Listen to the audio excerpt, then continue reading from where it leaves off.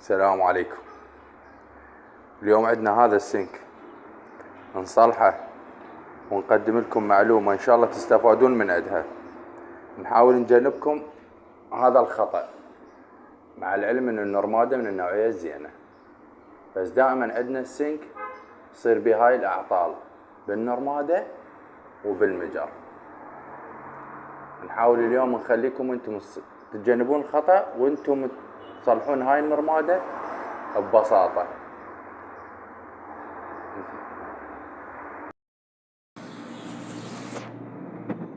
طبعا سبب هذا العطل هو انه النورمادا مجيمة.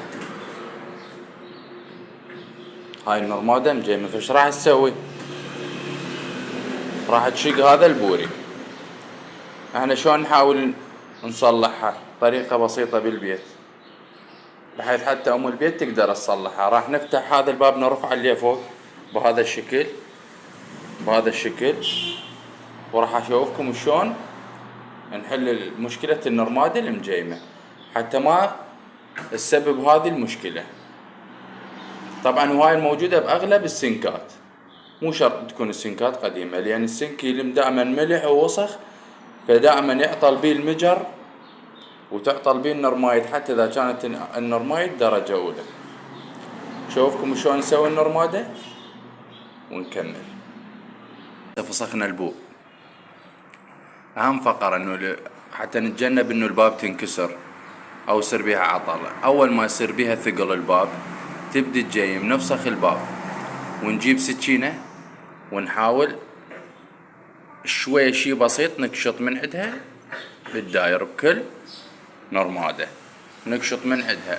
اكو تخلي دهن، انا ما احب انصح تخلون دهن، لا، بس تفسخ الباب شوية تكشط منها بكل بساطة. ام البيت تقدر تسويها. هي هاي ان شاء الله المعلومة تستفادون من عندها. واحب انصحكم اذا تريدون تسوون مطبخ جديد انه تتجنبون تخلون بالسنك مجر.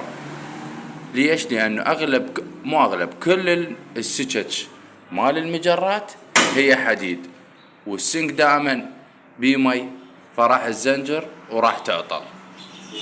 حتى انا بشغل التفصال مالتي احاول دائما انصح ابو البيت ما يخلي مجر بالسنك الا اذا هو اصر، هذا امر يرجع له، بس احاول اقدم له النصيحة ما تخلي مجر بالسنك. هسه راح نكشط ذني وراح نشوف البوب شلون تصير خفيفة.